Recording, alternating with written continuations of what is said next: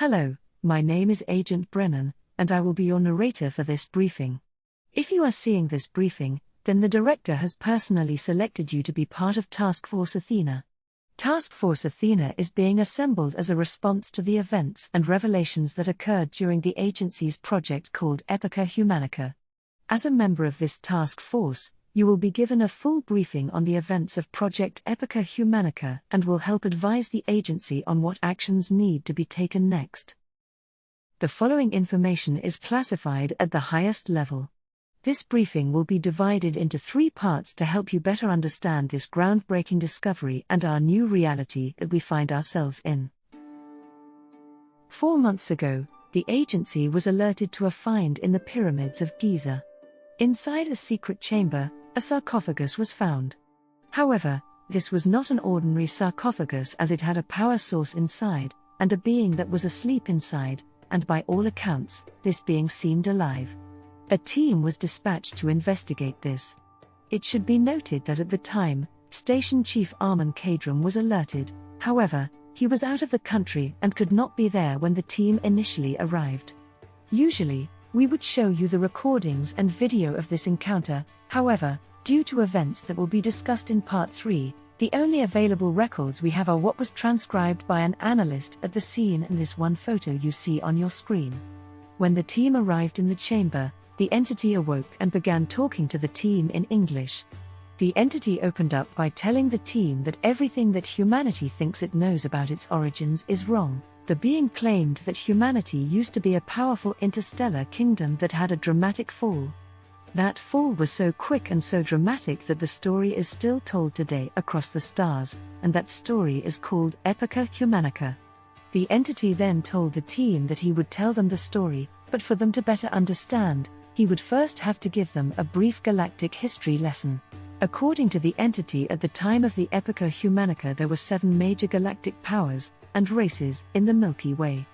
Those races were humans, Akkadians, Lyrans, Devas, Alobids, the Hodu, and the children of Oriana. Note that the entity doesn't say it here, but later admits to being a Devas. The entity then proceeds to give a brief history lesson about all of the major galactic powers. For the next part of your briefing, we have used the entity's descriptions and AI to try to create an accurate picture of what these other races might look like. While the entity stated that there were only 7 major galactic civilizations, he said that to understand galactic history, one must first learn about a master civilization. That civilization is the Tahal civilization. According to the entity, all major races except the Hodu and the children of Oriana believe this powerful master race created them. According to the entity, the Tahal arrived in the Milky Way 10 million years ago and began to seed life throughout the galaxy. The Tahal's physical description is described as looking like a bipedal fox. According to legends, the Tahal were a benevolent group of beings who took good care of their creations. However, about 2 million years ago, they vanished from the galactic scene. However, before they disappeared, they took all of their technology and stored it on what are called vault worlds. Vault worlds are described as having massive cigarette-like structures, and inside the structures lie various pieces of Tahal technology. To protect these vaults, the Tahal created powerful automaton machines called Celestials, whose sole purpose was to guard the vaults. These machines were very powerful, and a single one could wipe out whole armies. The entity claimed that one Celestial has the battle power of at least 10,000 soldiers, if not more. Over the eons, many have tried to take the various vaults. However, the vast majority have ended in abject failure. After the Tahal's disappearance, the various races continued to develop and began to expand across the stars. The first civilization I will talk about is the Free State of Lyra. The story of how the Free State of Lyra came into existence is one of the saddest and most tragic stories you will ever hear. The entity describes the original Lyrans as looking like bipedal cats, and that these beings were very peaceful and in tune with the nature surrounding them. The Lyrans were different than all of the other species in the galaxy due to them having been placed on a series of planets that were all connected together via a portal or stargate. In fact, no other portals or stargates have ever been located in the galaxy except among these worlds. All in all, the Lyrans were spread out across 33 different worlds. However, about 30,000 years before the Epica Humanica tragedy struck. That tragedy was the old evil Draco Empire. The Draco Empire was an ancient empire of bipedal reptilians who only desired one thing. That one thing was to dominate all life in the galaxy. When the Draco found the Lyrans, they immediately began a campaign to conquer and enslave them. The peaceful Lyrans were almost helpless against such aggression. The Lyran worlds fell one by one. While most were not so lucky, a few Lyrans escaped and formed a government in exile called the Free State of Lyra. The tragedy is though these were not the same Lyrans as the Lyrans before them. Instead, these Lyrans were now enraged and warlike. Their sole purpose is to reclaim their homeland. The Free State of Lyra is governed by a council of 12 elders known as the Sacred Paws. At first, a purely military entity and government, over the eons, the Free State of Lyra has realized that there is more to war and has developed industrially and economically. However, they have not forgotten their true purpose, and that is to liberate their home worlds. Centuries of constant fighting have made the Free State of Lyra into some of the toughest soldiers in the galaxy. The next civilization I am going to talk about is the Ak-Karadian Empire. The Ak-Karadian Empire is the direct descendant of the old Draco Empire. For centuries, the Draco Empire was a scourge upon the galaxy. However, a momentous event happened about 5,000 years before the events of the Epica Humanica. The Draco made a play to take control of the galaxy. What followed was a bloody 100-year war. An alliance of Devas, Lyrans, and humans was able to stop the Draco, but at significant cost.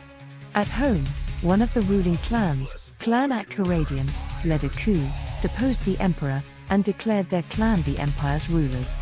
They changed the name to the Ak-Karadian Empire to try to distance themselves from the Draco name's negative connotations among the stars. The Ak-Karadian Empire, while still violent and bloodthirsty, seems to have a more strategic mind about it. Instead of just using brute force, they use diplomacy and seem more level-headed than their predecessor. Following the devastating war, the galaxy has not experienced a major conflict, and that peace was still holding at the time of the Epica Humanica. The next civilization I am going to talk about is the Alobids. The Alobids are described as bipedal, canine-looking beings. They are based in the star system we call Sirius. During the massive war that occurred 5,000 years before the Epica Humanica, the Alobids remained neutral. They opened their border and allowed refugees from all sides to settle in their land. Because of this, their population became a true melting pot of Devas, humans, Lyrans, Ak-Karadian, and Alobids all living together in harmony. After the war ended, the Alobids looked at the devastation and vowed never again. They reformed their government in what is now called the Galactic League. The Galactic League is designed to be a political and police force that brings about peace and stability throughout the galaxy. Because of the diverse population of the League, they are considered expert diplomats, and because of their population, they have been able to develop a very effective army and navy that combines technology from all major races. The League believes in peace through stability and will strive to maintain that stability at any cost. While diplomacy is always their preferred option, they will not hesitate to use military force if they feel that stability is threatened. Next up are the Devas. The Devas are ruled by the venerated Caliphate. The entity from the pyramid identifies himself as a Devas. He describes the Devas as looking like him, a bipedal blue-skinned humanoid. He claims the Devas are a very advanced spiritual culture whose spirituality has opened them up to extraordinary powers that no other species has. The Devas understand the universe so much that they can manipulate atoms and matter with just their mind. Following the devastating war against the Draco, the Devas began to do a lot of soul-searching. The Devas had always been a very spiritual and universally in-tuned species. Even though they were on the victorious side, the Devas were truly decimated and began to try to find meaning for the conflict. This, in turn, sparked a conservative movement to form that began to advocate that the Devas had lost their way. Their advanced powers had caused them to become prideful and lustful for power. The movement gained a massive following and eventually overthrew the ruling Acturian Council and established the Venerated Caliphate. Under the Venerated Caliphate, the Devas became isolationist and began to spend more time trying to connect with the universe. Under the Caliphate, the Devas developed a new ability. They developed the ability to see all possible future outcomes. The Caliphate established schools for those who were gifted. Once they complete these schools, the participating Devas would earn the title of emissary to something. Usually, that something would refer to a meta-spiritual concept. The entity identifies himself as an emissary. He claims he is the emissary of the high heavens. The Venerated Caliphate uses the emissaries to warn and try to guide individuals into creating the best possible future for themselves. However, the vast majority of the galactic population are skeptical or look down on this idea, as they believe even if such a power is possible, the Devas are only interested in manipulating the timeline for their benefit. I am combining these two species because they are pretty much one and the same, and it would appear that we have already encountered at least one. The entity refers to these entities as the Hodu and the children of Orialan. These beings sound almost identical to those recovered in 1947 at Roswell. They are bipedal humanoids with grey skin and have large black eyes, and they may or may not have a presence here on Earth. However, that's besides the point. According to the entity, these two groups do not claim the Tahal as their creators. Over the eons, it has been discovered that these two groups are in fact very different than those created by the Tahal. Besides their odd personality and being a hive mind species, they also lack a soul. It appears that the Tahal creations have souls, but these beings do not. This has been a point of contention among the Hodu. It's currently unknown how the children of Orialan feel, as they are more secluded than the already secluded Hodu. The Hodu and the Orialan were once part of the same species. About 100,000 years before the Epica Humanica, a great upheaval hit the usually homogeneous Hodu society. A great prophet came on the scene, though his name has been lost with the ages. He preached the doctrine of revitalization. What that means is any outsider's guess. However, to the Hodu, that doctrine is sacred. At the same time, though, another prophet appeared and took issue with the doctrine of revitalization. This prophet's name was Orialan. Orialan didn't have the swaying power the other prophet had and was ultimately banished from the Hodu. Orialan took his followers and founded a new society called the Children of Orialan. To an outsider, it is impossible to tell the difference between a Hodu and a child of Orialan. However, a Hodu and a child of Orialan can immediately tell each other apart. The only way an outsider can tell them apart is that the Hodu usually always wears black clothing, and a child of Orialan usually wears silver clothing.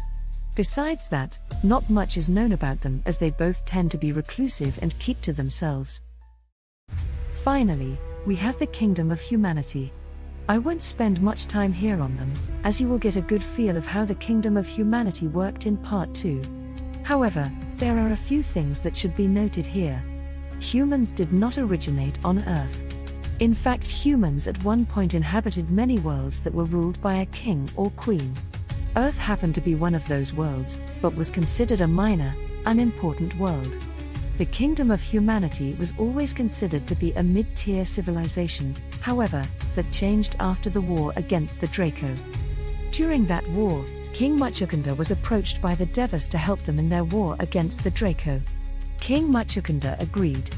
However, the evil Draco had a trick up their sleeve. At that time, humanity had embraced artificial intelligence. Many people had merged with it, having AI systems implanted in them, and artificial intelligence also ran the everyday operations of the kingdom. Seeing this, the Draco created a virus that caused AI to turn on the humans and serve the Draco. Millions of people who had merged with AI suddenly found themselves enslaved to the will of the Draco. Soon, Muchukunda was faced with a full-blown insurrection. It took him 10 years to put it down, and by the time it was put down, over 60% of humanity had perished. After that, Muchukunda took the fight to the Draco, and after successfully beating them in several battles, the entire Draco line collapsed, and the Ak-Karadian Empire was born. Following the war, Muchukunda issued a decree that artificial intelligence systems were to be banned as much as possible. Any artificial intelligence systems that existed had to be completely isolated, and under no circumstances were humans and AI ever again to merge. This edict was popular and was still in effect 5,000 years later when the Epica Humanica took place. This concludes Part 1. In Part 2, you will hear the incredible story of Prince Krishna and how he saved humanity from extinction.